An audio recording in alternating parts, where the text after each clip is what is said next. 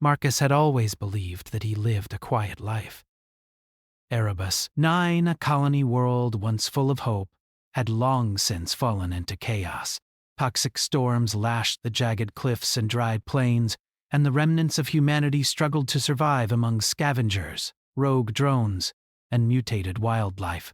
Most people had given up on kindness long ago, but Marcus still held on to it, even if it was a fragile thread. He moved carefully through the ruined settlement, his worn boots crunching on glass and metal scraps.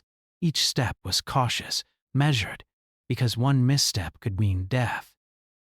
Not from storms, but from desperate humans who had learned that stealing or killing was often easier than working. On this particular evening, as the sun sank behind the jagged horizon, painting the sky in angry reds and dull oranges, Marcus noticed movement. At first he thought it was just another scavenger or stray animal, but the figure was too small, too delicate.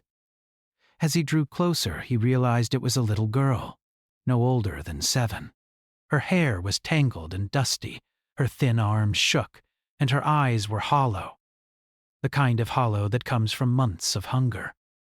She looked up at him, not with fear, but with a quiet, desperate hope. Marcus froze. He had seen starving children before, but rarely this alone, this small, this fragile. His stomach twisted, and without thinking, he reached for the last ration in his pack. It was a simple thing, lukewarm soup, barely enough for one person. But he lifted it carefully, held it out, and whispered, "Here, eat this."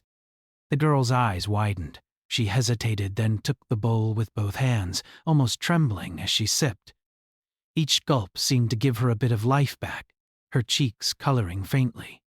Nay, Marcus felt a warmth in his chest, a spark of hope that maybe, in a world so broken, something as simple as kindness could still exist. She finished quickly and placed the empty bowl on the ground. Marcus expected her to scamper away, vanish into the shadows, and for a moment, she did. But then she turned and looked at him again. There was a strange intensity in her gaze, a sharpness that seemed unusual for someone so small. She smiled, just a little, and then she disappeared into the ruins without a word. Marcus shook his head and muttered to himself, "Weird little thing, must be all alone out here." He thought about the danger she could face, about the cold nights, the predators, the scavenger gangs. He wished he could do more, but his supplies were low, his own survival uncertain. For now, all he could do was hope she made it. The next few days passed quietly. Marcus went about his scavenging, collecting scrap and food from abandoned buildings, avoiding the scavenger gangs and wild predators that roamed the outskirts. But one night, while he was repairing a water filter in the shadow of a broken dome, he sensed something. Movement behind him, soft, deliberate. He spun around, his hand reaching instinctively for the makeshift spear at his side. There she was, the little girl standing a few meters away, staring at him.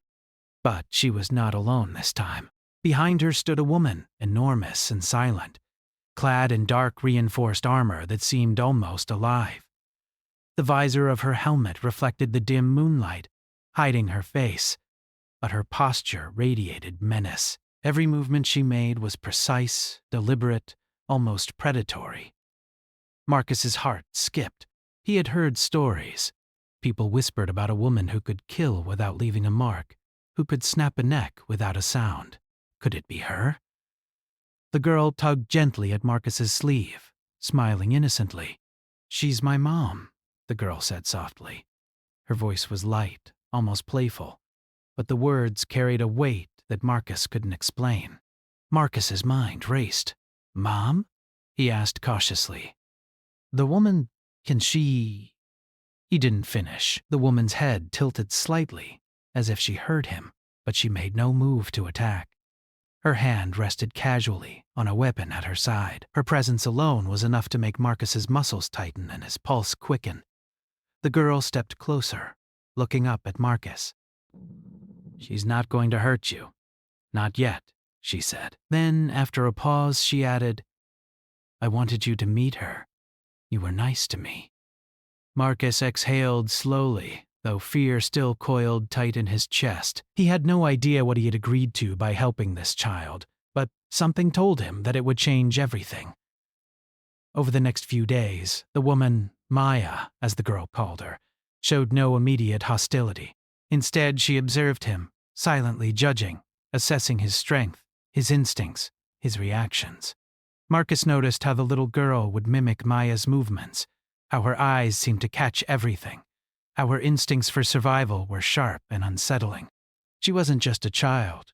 She was learning from the deadliest predator Marcus had ever seen. As they moved together through the ruined settlement, Marcus began to notice subtle changes. The girl could sense danger before it appeared, and Maya's silent training had taught her to move in ways Marcus had never imagined a child could. They traveled together through the toxic plains, avoiding areas known to harbor raiders and mutated beasts.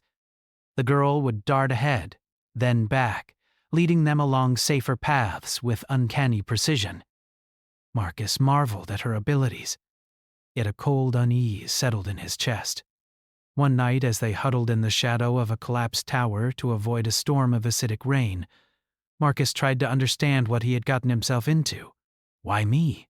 he asked quietly, almost to himself. The little girl looked up at him with those sharp, knowing eyes and said simply, "Because you helped someone who needed help. You're human." Maya stood a few steps away, her silhouette rigid and unreadable. "Humans who show compassion," she said finally, her voice calm but carrying an authority that Marcus could not ignore, "can become more dangerous than any weapon." Marcus shivered. In all his years surviving on Erebus, 9, he had never considered that being good, being human, could be a kind of power. And yet, watching the girl and Maya, he realized that kindness had weight here. It could attract danger, yes, but it also marked him as someone capable of greatness, someone who might rise above the chaos of the world. The next day, their journey took them toward the outskirts where marauder bands had recently been sighted. The little girl led the way, stepping lightly over jagged metal and glass, her movements almost like a shadow dancing across the landscape. Marcus followed closely, watching her, marveling at how she moved, how she seemed to know which areas were safe, which areas were traps. Maya stayed behind, covering their rear, moving with deadly precision. Every so often, Marcus caught a glimpse of her gloved hand, flexing, ready to strike. They had traveled only a few kilometers when the first sign of trouble appeared. A scavenger drone, broken and half-buried, blinked to life, scanning the area for movement. Marcus froze, knowing that its sensors could detect heat and motion. He whispered a warning, but the girl already knew. She moved with breathtaking speed, ducking behind a ridge and signaling to Marcus with a subtle hand gesture. Maya followed her silently, almost blending into the shadows. Marcus's heart raced. He realized that he was outmatched if he tried to fight them alone, but with the girl and Maya, he felt something new, hope. The drone's sensors passed them by, and they continued on, moving through the ruined streets of the settlement. Marcus understood now that survival was no longer just about strength or luck, but it was about learning, adapting, and trusting the unusual allies fate had delivered to him. As night fell, they set up a small camp in the ruins of an old building. Marcus tried to rest, but sleep eluded him. He couldn't shake the feeling that everything had changed the moment he had given that little girl a simple bowl of soup. That small act of kindness had opened a door into a world he had never known. A world of silent predators, deadly skill, and human ingenuity pushed to its extreme. The girl curled up nearby, clutching a small piece of cloth she called a blanket. Maya remained standing, silent and watchful, as if guarding both Marcus and the girl. He stared at them, exhausted, overwhelmed, and yet strangely exhilarated. He had no idea what tomorrow would bring, no idea what dangers lay ahead, but for the first time in years, he felt alive. Not just surviving, but part of something larger, something extraordinary. And in the quiet, Marcus realized one thing with chilling clarity.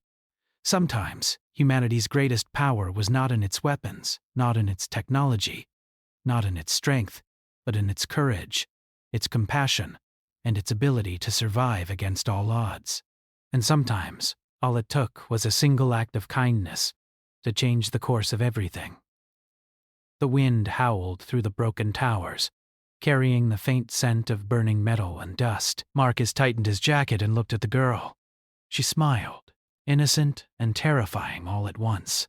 Behind her, Maya's shadow loomed, silent, still, and unyielding. Marcus knew their journey had only just begun, and as he drifted into a light, uneasy sleep, he couldn't shake one thought. He had fed a starving child, and in return, he had invited a force that could destroy anything or save everything. Marcus woke to the sound of distant scraping metal and the faint hum of a drone's sensors far off in the ruins. The night had been restless, filled with half-dreams of clawed creatures and shadowed figures. When he opened his eyes, the girl was already awake, sitting cross-legged, scanning the horizon with a seriousness that startled him. Maya stood behind her, still as stone, her head tilted slightly as if listening to the world. "Morning," Marcus whispered, careful not to startle them. The girl looked at him, then back toward the ruined city.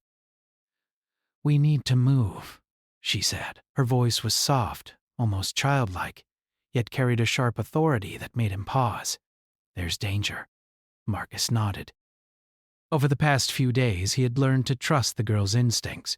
She was small, fragile to look at, yet somehow she could sense threats before they arrived. He had no idea how much Maya had trained her, but it was clear this was no ordinary child. They set out just as the first pale light of the sun crept over the horizon. The terrain was harsh.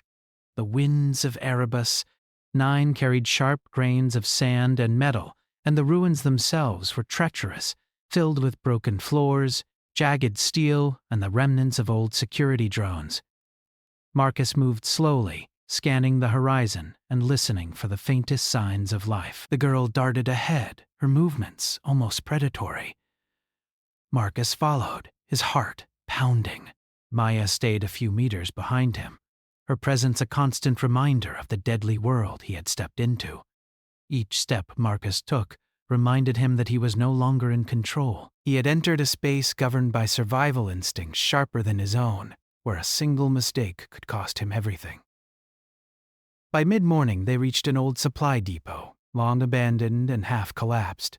Marcus recognized it immediately. It had once been a central hub for the colony's trade and communications, but now it was nothing more than broken walls, scattered supplies, and rusting machinery. The girl darted inside, inspecting crates and containers with precision. "Look," she whispered, pointing to a stack of crates with the word "food" barely legible beneath the layers of dust. Marcus felt relief wash over him. The supplies were scarce, but enough to last them a few more days. He began unloading what he could carry, silently grateful that their luck had held this far. Maya watched him the entire time. Her eyes, hidden behind her helmet visor, seemed to pierce through him. Marcus could feel her evaluating his every move, how he handled the supplies, how he reacted to the smallest threat, how he treated the girl. He had long ago learned that she was not just a protector. She was a teacher, a test, and perhaps the most dangerous human he had ever met.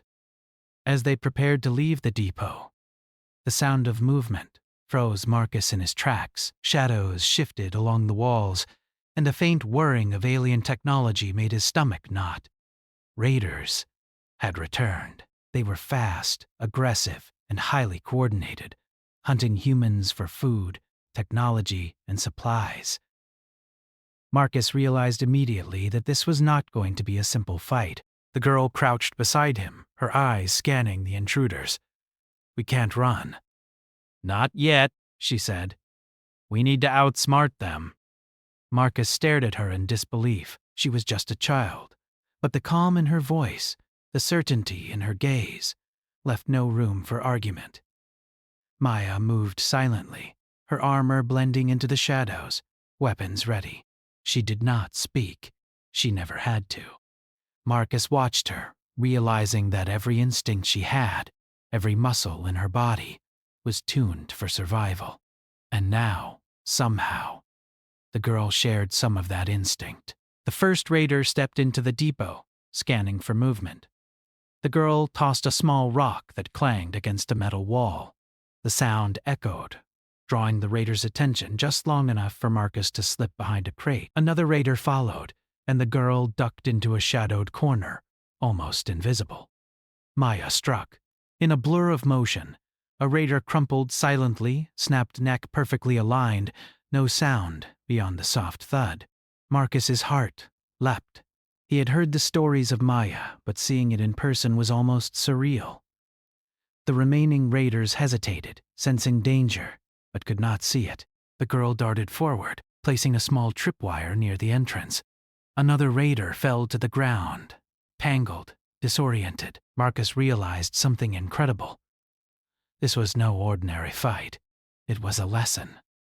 The girl and Maya moved together as one, silent and efficient, using tactics Marcus had never imagined. Each movement was calculated, every step a trap or diversion. He began to understand what Maya had meant. Humans could be more dangerous than any weapon, not because of firepower, but because of ingenuity, adaptability, and courage. By the time the last raider had been neutralized, Marcus was panting, bruised, and exhilarated. The girl looked up at him, smiling faintly, a small victory hidden in her innocent expression. Maya approached, her silent presence commanding the room. She nodded at him, the smallest gesture of approval, and Marcus felt a surge of pride and relief. The day passed in tense preparation. Marcus learned to move with them, to think ahead, and to anticipate danger in ways he had never needed before. The girl led the way with precision, setting traps, scouting paths, and identifying weaknesses in the terrain. Maya corrected him silently, showing him how to handle threats without panic, how to stay calm under pressure, and how to protect the innocent while still surviving. By nightfall, they had reached the outskirts of the city. The view was bleak. Toxic clouds hung low, casting the land in a dull, sickly light. Below them, a scavenger gang had set up camp, a mix of humans and modified creatures they had captured. Marcus's heart sank. They were too many to fight directly. He turned to the girl. "We can't take them," he whispered. "We'll die." She shook her head. "We won't. We don't fight like they do." And she was right. Over the next few hours, Marcus watched in awe as the girl and Maya planned a silent assault. Using traps, misdirection, and careful timing, they dismantled the gang's defenses, one by one. Marcus helped where he could, placing small diversions, but it was clear the real power came from the girl and Maya. Each success was precise, deadly, and almost invisible. By the time the sun began to rise, the scavenger gang had been defeated, leaving no trace that humans had even been there. Marcus felt a mix of fear and awe. The girl was small, innocent in appearance, yet terrifyingly effective. Maya was an unstoppable force, a kind of human that could survive anywhere, under any circumstance. And together, they showed Marcus what humanity was capable of when pushed to its limits: ingenuity, courage, and the relentless drive to survive. After the battle, they rested in the ruins, watching the sun rise. Marcus sat quietly, his mind racing. He had survived countless dangers on Erebus. 9. But this was different. This was more than survival. This was humanity at its finest. Strength combined with intelligence, courage combined with compassion, and skill sharpened by necessity. The girl crawled into his lap, exhausted but smiling. "You did well," she said softly. "You're learning." Maya remained standing, silent as ever, but Marcus could feel her approval. It was subtle, almost imperceptible, but it was there. He understood now that he was part of something bigger, something extraordinary. He had fed a starving child, and in return he had been drawn into a world where human ingenuity and resilience could overcome impossible odds. As they prepared to move again, Marcus felt a renewed sense of purpose. He knew the journey ahead would be filled with dangers far beyond what he had faced before. Alien threats, rogue humans, and the harshness of Erebus, Nine itself would test them all. But he also knew that as long as they worked together, humanity could survive, and even thrive. The little girl stood, brushing dust from her clothes, her eyes scanning the horizon. Maya adjusted her armor, ready as ever. Marcus checked his own equipment, feeling a strange mix of fear and excitement. He had no idea what lay ahead, but for the first time, he felt truly alive. And as they stepped into the toxic wind, Marcus realized one thing clearly. Humanity's greatest power was not just in technology or weapons. It was in courage, in cleverness, and in the quiet, unstoppable drive to survive against all odds. And sometimes all it took was a single act of kindness to unlock that power. The journey had only just begun, and Marcus knew that the challenges ahead would test every skill he had, every ounce of courage he could summon. But he also knew this: humans could rise, even in the darkest worlds, and sometimes they could do it in ways that no enemy, no predator, no force of nature could predict. He took a deep breath and followed the girl and Maya into the ruins, ready for whatever came next, knowing that together they could face anything, and perhaps, just perhaps, show the universe exactly what humans were capable of. The horizon glowed with a sickly green light as Marcus, the girl, and Maya moved cautiously through the broken outskirts of the colony. The wind carried a metallic tang, sharp and dangerous, reminding him that Erebus, Nine, was not just a world of ruins but of constant threats. Their journey had become a test of wit, courage, and endurance, each step demanding careful thought. Marcus had grown more confident since meeting the girl and Maya, but he knew he was still learning what survival really meant. They had been traveling for hours when the first signs of a new danger appeared. Strange tracks cut through the dust, not human, not animal. The girl stopped abruptly, crouching low to examine them. "They're coming," she whispered, her small hand pressing against Marcus's arm to steady him. Her voice was calm, but the sharpness in her eyes betrayed an instinct that was far beyond her age.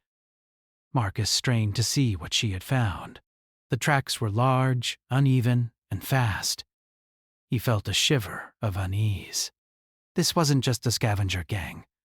This was something else, something bigger, faster, and potentially far more deadly.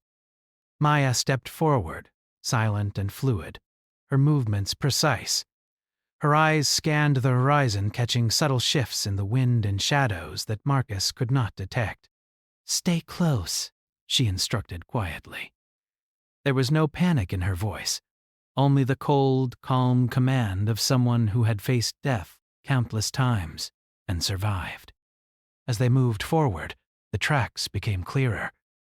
Marcus realized with a jolt that they were alien in nature. The colony had whispered rumors of scavengers from beyond the planet, creatures with sharp claws, armored hides, and intelligence unlike anything humans had faced. He swallowed hard. This was no longer a simple survival exercise. They were walking into the unknown, and failure could mean death. The girl led the way, darting across broken streets, her eyes constantly scanning. Marcus noticed how she mimicked Maya's movements. Careful, silent, precise. It was like watching a small shadow trained to anticipate every danger. For the first time, he felt a deep respect and awe for her, and a hint of fear for the enemy they might face. The alien predators appeared suddenly, sliding from the ruins with unnerving grace. Their limbs were long and sinewy, claws gleaming in the pale light, eyes reflecting intelligence and hunger. Marcus froze for a split second, but Maya's presence snapped him back into focus. She moved like a shadow, a perfect counter to the alien's precision. In a matter of seconds, she incapacitated one silently, its body collapsing without a sound. The girl reacted instantly. She had already placed small snares and traps along the path, forcing the aliens to stumble or slow down. Marcus, though inexperienced, found himself improvising, placing distractions and helping her lead the creatures into traps.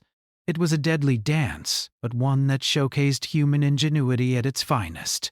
The aliens were strong, fast, and intelligent, but humans had unpredictability, creativity, and teamwork. The battle stretched on, relentless. Marcus's arms ached, his chest burned from running, but he refused to stop. The girl's eyes, wide and focused, kept him moving. Maya's calm presence reminded him that humans could survive even in the face of seemingly insurmountable odds. Slowly, steadily, they drove the aliens back, using traps, careful planning, and precision strikes. Finally, the last predator fell into a pit covered with debris. Marcus collapsed against a wall, his body trembling with exhaustion. The girl ran to him, brushing dust from his shoulders, her small hands steady and confident. "You're learning," she said simply. Her voice carried no judgment, only encouragement. Maya approached, silent and imposing. She didn't speak, but Marcus felt her approval. It was subtle, a tilt of her head, a brief glance, but it carried weight. He realized that he was becoming part of a force that could survive anything. Humanity in this moment was not just strong. It was clever, adaptable, and fearless. They moved on, deeper into the ruins, where communication signals from the colony had been lost. Marcus knew that somewhere ahead lay the alien mothership rumored to hover above the settlement, a vessel of destruction capable of wiping out entire human communities. Every instinct told him that this was the real test, the one that would determine not just their survival, but the survival of everyone on Erebus. 9. As they approached a crumbling tower, the girl signaled Marcus to stop. She pointed to faint markings along the walls, evidence of alien patrols and sensor placements. "We can't rush," she said. "They'll see us if we're careless." Marcus nodded, impressed by her foresight. He realized that survival wasn't just about strength or speed. It was about thinking ahead, anticipating danger, and staying calm under pressure. Maya led them through a narrow passage, her movements ghost-like. Marcus followed, heart pounding, aware that a single misstep could trigger alarms or attract predators. The girl moved ahead, crouching low, signaling when it was safe to continue. Together they navigated the treacherous terrain, relying on strategy rather than brute force. They reached a vantage point overlooking the colony. Below, humans were fighting desperately against alien forces, their weapons ineffective against advanced technology. Marcus's chest tightened. This was worse than he had imagined. He looked at the girl, whose eyes were steady, and then at Maya, whose posture radiated confidence. Somehow they had a plan. The girl pointed to a series of supply crates and hidden paths. "We can use those," she said. "We can get close without being seen." Marcus realized that she had mapped the terrain mentally, noting every potential advantage. This small human, barely 7 years old, was teaching him lessons that no manual or combat training could provide. Maya nodded silently, confirming the girl's plan. Marcus felt a surge of determination. He knew that if they could execute this strategy, they might not only survive, but turn the tide in favor of humanity. Every instinct, every learned skill, every ounce of courage would be tested. As they descended into the ruins, Marcus noticed the alien patrols moving in tight formations, their sensors sweeping the area. He felt a pang of fear, but pushed it aside. The girl moved first, laying small devices that created false heat signatures and noises, tricking the aliens into investigating empty spaces. Marcus followed, placing diversions and preparing for the final push. Maya covered their rear, eliminating threats with deadly efficiency. The operation was tense, every second a potential disaster. Marcus's hands shook, but he focused on the girl's guidance. Her instructions were precise, her confidence unwavering. Slowly, methodically, they advanced, slipping past patrols, avoiding sensors, and neutralizing threats with minimal confrontation. Finally, They reached the edge of the colony, near the base of the alien mothership. Marcus could see the massive vessel hovering above, its engines glowing ominously, sending waves of energy that distorted the air. The humans below were barely holding on, their weapons ineffective against the advanced alien technology. Marcus's chest tightened. This was the real fight, the one that would test every skill they had learned. The girl crouched beside him, whispering, "We have to go inside. There's a control hub. If we can sabotage it, we can save the colony." Marcus nodded, understanding the stakes. This was more than survival. It was a chance to change the future of Erebus. 9. Maya led the way, her armor blending with the shadows, every movement silent and precise. Marcus followed, heart racing, aware that one mistake could be fatal. The girl slipped ahead, almost invisible, scouting the interior of the mothership. Marcus marveled at her skill, realizing that humans could achieve feats no one had expected when they combined courage, intelligence, and adaptability. Inside the mothership, the air was cold and metallic. Alien machines hummed and pulsed, creating a tense, oppressive atmosphere. Marcus followed the girl's lead, careful to avoid detection, while Maya covered their rear. The girl pointed to a central control panel, its design alien and complex. "This is it," she whispered. "If we can disable it, the colony will have a chance." Marcus worked quickly, guided by the girl's instructions. Every movement was calculated, every action precise. Maya stood guard, her presence a silent warning to any alien patrols that might approach. Hours seemed to stretch into minutes as they worked, hearts pounding, minds focused entirely on the task at hand. Finally, with a low hum, the control panel shut down. The alien mothership faltered, its engines sputtering, sending tremors through the surrounding area. Humans below noticed the shift, rallying with renewed hope. Marcus felt a surge of relief and pride. They had done it, not through brute force, but through courage, intelligence, and the careful application of skill. As they exited the mothership, Marcus looked at the girl and Maya. The girl smiled, small but triumphant, while Maya's silent approval was unmistakable. Humanity had faced near-certain defeat and had prevailed, not because of strength, but because of cleverness, teamwork, and the unwillingness to give up. Marcus realized something profound. Survival wasn't just about avoiding death. It was about adapting, thinking ahead, and trusting others. It was about understanding that even the smallest, seemingly weakest humans could change the course of history when guided by skill and courage. They returned to the colony, exhausted but victorious. Marcus watched the humans rally, inspired by the unexpected advantage they had gained. The girl ran ahead, helping wherever she could, while Maya moved silently through the shadows, ensuring that no lingering threats remained. Marcus felt a sense of belonging he had not known in years. That night, as they rested among the ruins, Marcus reflected on the events of the day. The girl slept peacefully, her small body curled up, while Maya kept watch. Marcus understood that humanity's greatest power was not in weapons or technology alone. It was in ingenuity, courage, and the quiet strength to face impossible odds and survive. And as the wind howled through the broken city, Marcus knew one thing: the battle for Erebus 9 was far from over, but humans had proven something vital. They could rise even against superior forces, and sometimes the smallest, most unexpected allies could turn the tide.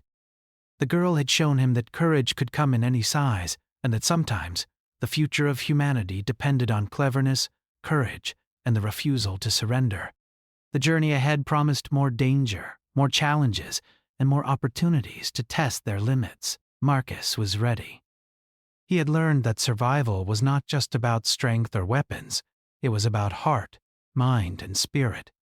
And with the girl and Maya by his side, he knew that humanity could face anything and emerge victorious. Marcus felt the ground tremble beneath his boots as the alien mothership hovered closer to the colony. The pale green glow from its engines cast long, twisted shadows across the ruined streets. Humans scrambled below, firing weapons that barely scratched the alien armor. Panic and despair hung in the air, but Marcus knew that giving in to fear would cost lives. He took a deep breath, steadying himself.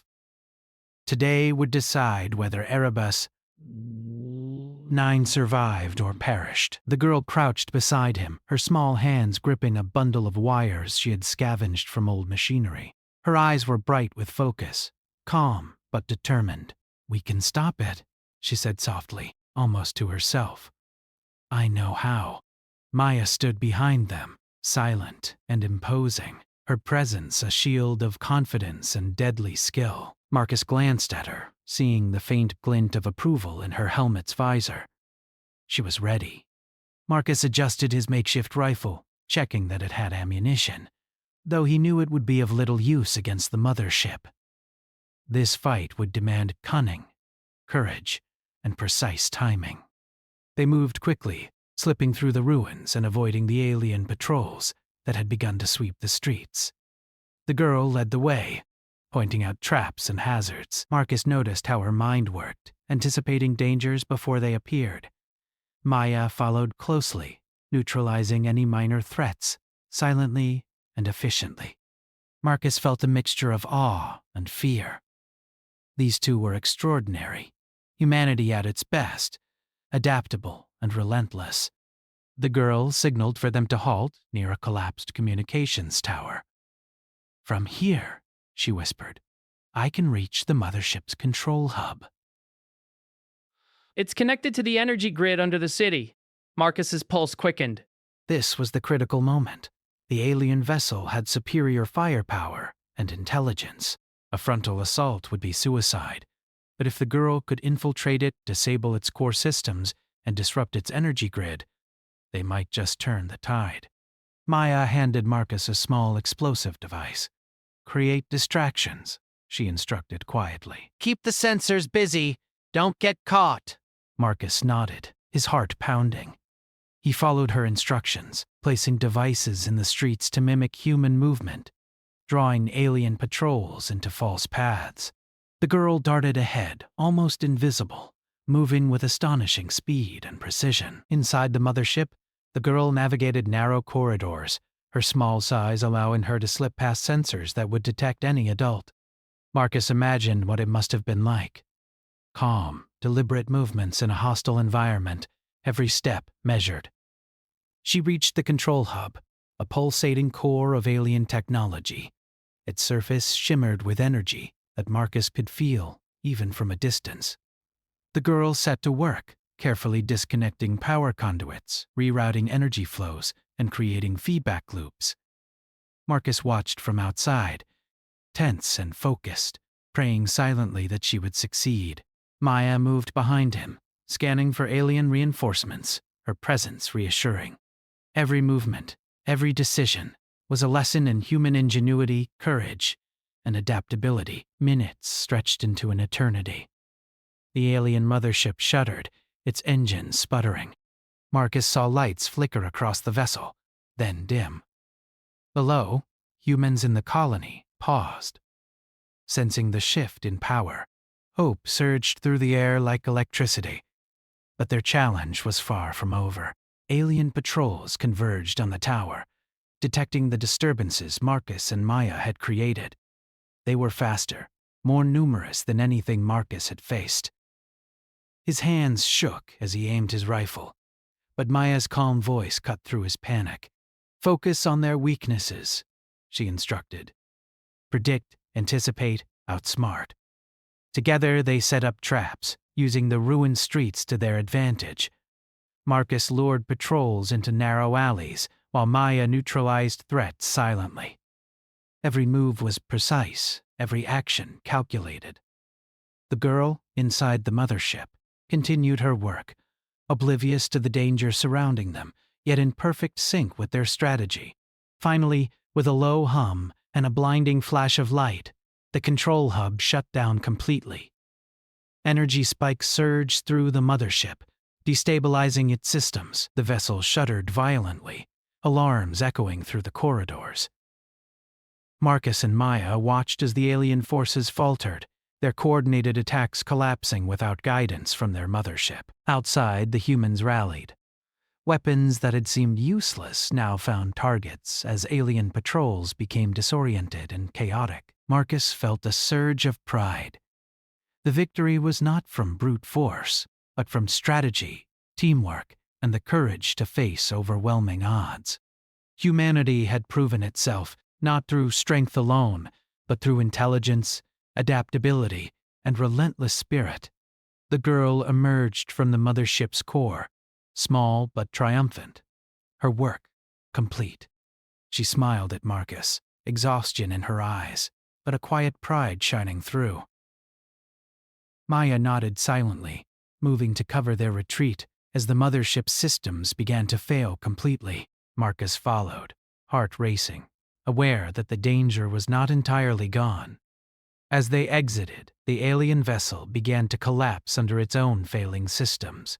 Explosions rocked the air, sending debris tumbling across the ruins. Marcus, the girl, and Maya sprinted through the streets, avoiding falling metal and energy bursts. The humans below cheered as the mothership toppled, its wreckage crashing harmlessly into the distant hills. For a moment there was silence, broken only by the distant hum of dying alien machinery. Marcus stood, chest heaving, watching the girl and Maya. She was small, human in appearance, yet the skill, courage, and intelligence she displayed were extraordinary. Maya's silent presence reminded him of the relentless discipline and training that had shaped her into the protector and teacher she was. The humans of the colony began to emerge from their hiding places, faces filled with disbelief and hope.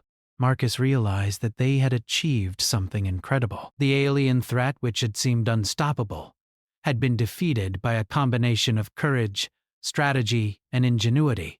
Humanity had won, not through superior technology, but through cleverness, adaptability, and the will to survive against impossible odds. That evening, Marcus walked through the colony, helping survivors gather supplies and repair damaged structures. The girl ran ahead, guiding those in need, her small hands distributing food and water.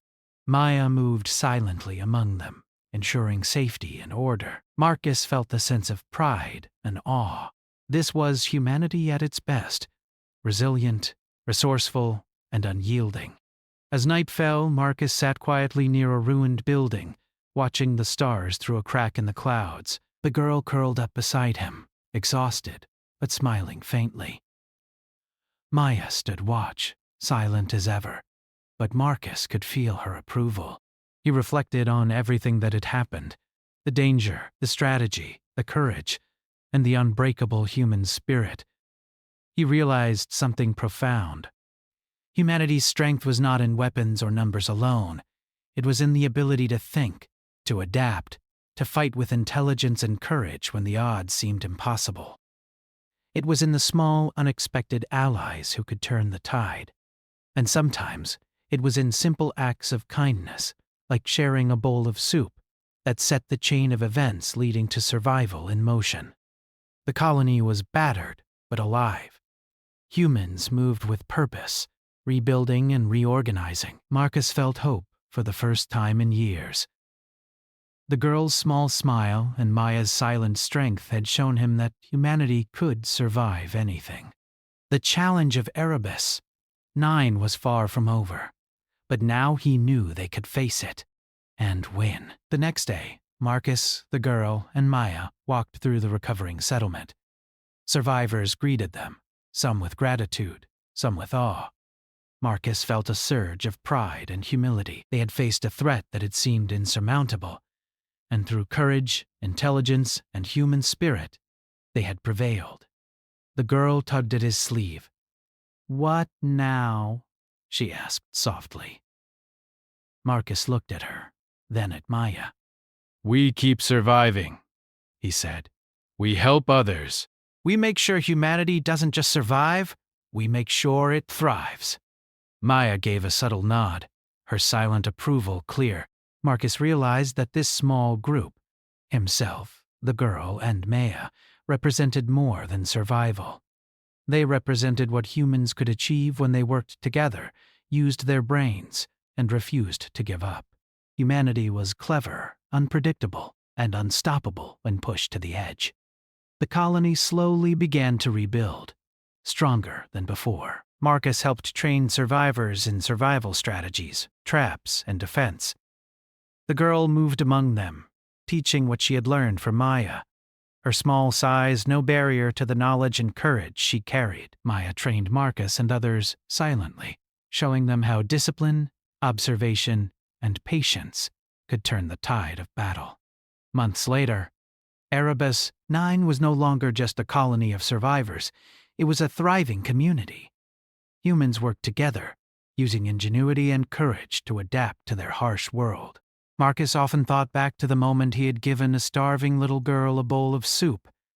That single act had set everything in motion. It had brought him to Maya, taught him the power of courage and strategy, and ultimately led to the survival of the colony. He understood now that humanity's greatest strength lay not in weapons or technology alone, but in the combination of compassion, intelligence. The smallest act of kindness could ripple outward, changing lives, shaping the future, and even saving the world. That night, as Marcus the girl and Maya watched the stars from the top of a rebuilt tower, Marcus felt a quiet pride and hope. Humanity had survived the greatest threat it had faced on Erebus 9, and he knew that no matter what came next, humans would endure. They were clever, resourceful, and courageous. They were unstoppable. And it had all begun with a simple act of kindness, a bowl of soup given to a starving child. The girl smiled, her eyes reflecting the stars above, and whispered, "We did it." Marcus nodded, and Maya remained silent, her presence a reminder of the quiet, relentless strength that had guided them. Humanity had proven itself once more, not through weapons, not through numbers, but through courage, cleverness, and heart. The colony had survived. Humanity had triumphed. And Marcus, looking at the girl and Maya, knew that as long as humans had courage, ingenuity, and the will to protect each other, there was nothing they could not overcome.